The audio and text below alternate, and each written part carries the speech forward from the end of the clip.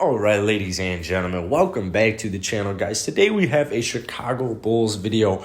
We're actually going to talk about their summer league game today against the Minnesota Timberwolves. If you were there for my live stream, thank you guys so much for coming. I appreciate it. I will try to go live for as many summer league games as I can. With that being said, if you enjoy this video, hit the like button, hit that sub button. It is greatly appreciated. I am trying to hit 6,000 subscribers by the end of the month before I go back to college.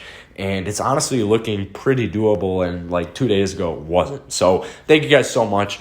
The Chicago Bulls lost today to the Minnesota Timberwolves 59-78. And to be just quite honest with you, if they hadn't have come back against the San Antonio Spurs just a day ago, this summer league team would have been giving me major, just disappointing vibes. They out-rebounded, but outside of that, they had more turnovers. This Bulls squad shot 25% from the field. They shot 15% from deep.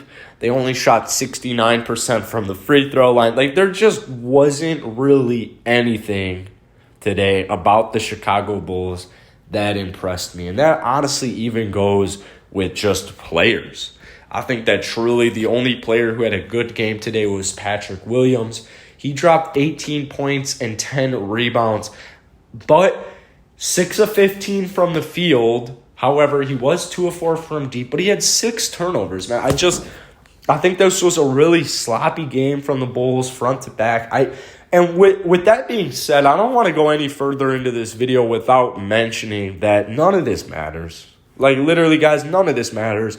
I cover the NBA. I cover a lot of different teams. And, you know, you've got guys like Rocket fans freaking out about Jalen Green playing good.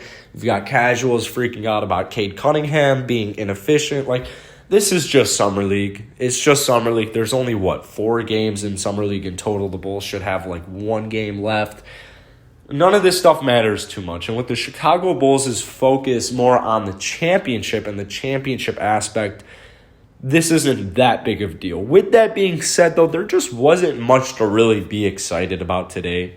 Jalen Adams shot 3 of 16 today, 1 of 9 from deep. Ethan Thompson shot 2 of 13. Marco shot 1 of 8.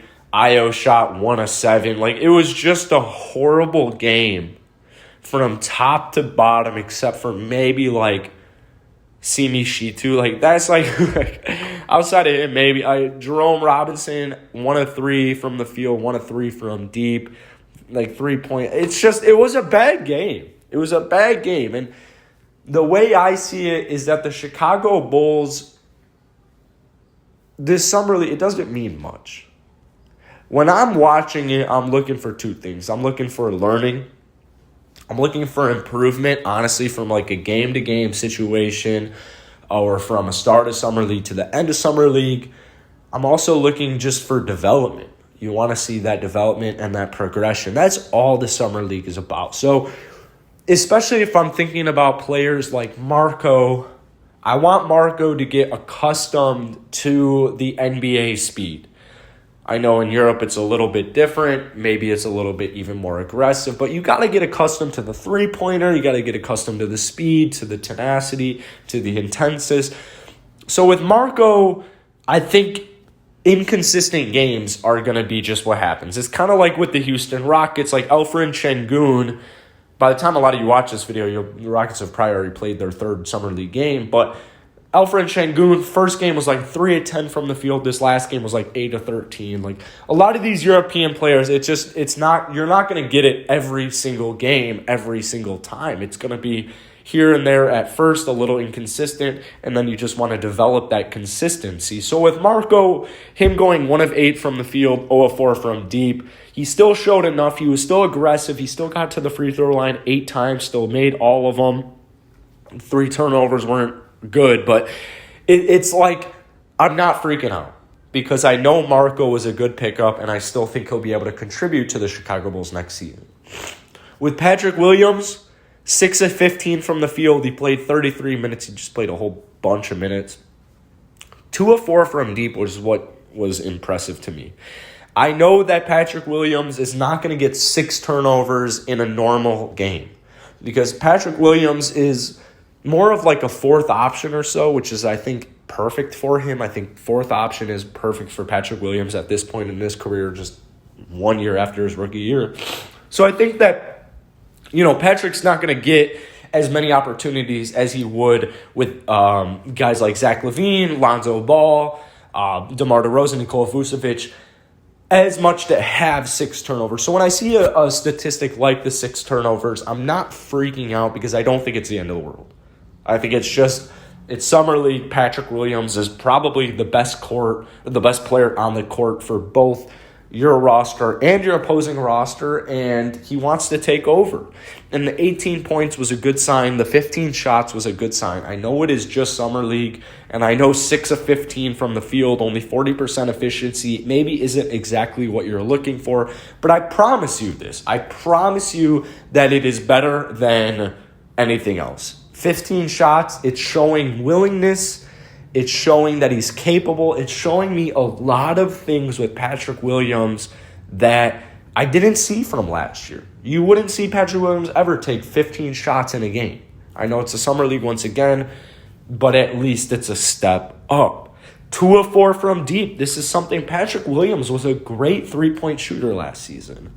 He was a really solid three-point guy who just didn't take that many opportunities, and that's something I want to see different from Patrick this season. Whether he's at the 3 position, whether he's at the 4 position, he's going to give you good, solid defense night in and night out. But I want to see more aggressiveness on the defense. I know he is fully capable of taking a three-point shot. And if you have opposing players focusing more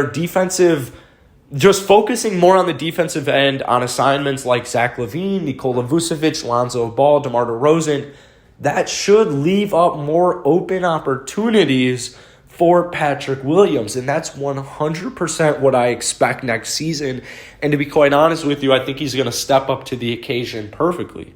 I think he's a good guy to have at that position, whether it's 3 or 4, just the 4th option, because he is a consistent, reliable player, but he needs to know he is a consistent, reliable player. And with being the 4th option, you don't have as much pressure, you don't have as much stress on you as compared to if you were like the 3rd option, like he kind of was on the roster last season.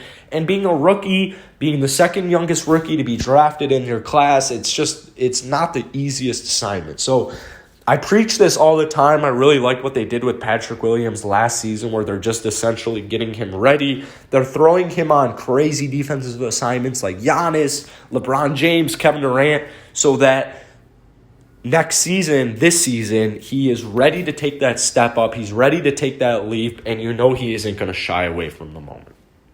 We'll talk about Ayo. 1 of 7, 0 of 3 from deep. I mean, this is why I'm not too big on trading Coby White. I don't know if Ayo is ready for this backup point guard role, even a backup shooting guard role. I'd so much rather roll with Coby White until we know Dosunmu is ready to go. I like the hometown hero. I like that he went to U of I. I like that he's from Chicago. But I don't want to throw him into a situation he's not comfortable with. And after this Summer League last couple of games, I don't know if he's ready for that right out of the gate. Maybe by the end of the season, he'll be a little bit more ready, be a little bit more familiar. But as of right now, I'd like to see Coby White on the roster. I'd at least like to see a replacement for Coby White if they traded Coby White. So a little interesting situation. I think my opinion is completely different to majority of Bulls fans, but I just think in the Bulls' best interest, you're not rushing him. You're not even really trying to rush Coby White. You're just trying to win. You're trying to put the best roster available out on the starting court, and I don't think that involves Dosunmu over Coby White at this point. So I still believe Ayo will get around 15 minutes a game in his rookie year, and I think that is perfect. Now, I don't even really want to talk about the rest of the squad, to be quite honest with you. Ethan Thompson, 2 of 13. Jalen Adams, 3 of 16. Combined, they shot 2 of 16 from deep. It was just a very bad shooting game for this whole roster. So I think saying nothing might be better. So that's going to be it for today, guys. If you want more Bulls videos, if you want more Summer League videos, don't forget to hit that like button, hit that sub button. It helps out the algorithm, gets it out to more people. But most importantly, it's what I do every single day. This is what I do. I post Bulls videos, I live stream Bulls games, and all that good stuff. So until the next time I see you, have a great one, and I'll see you guys later.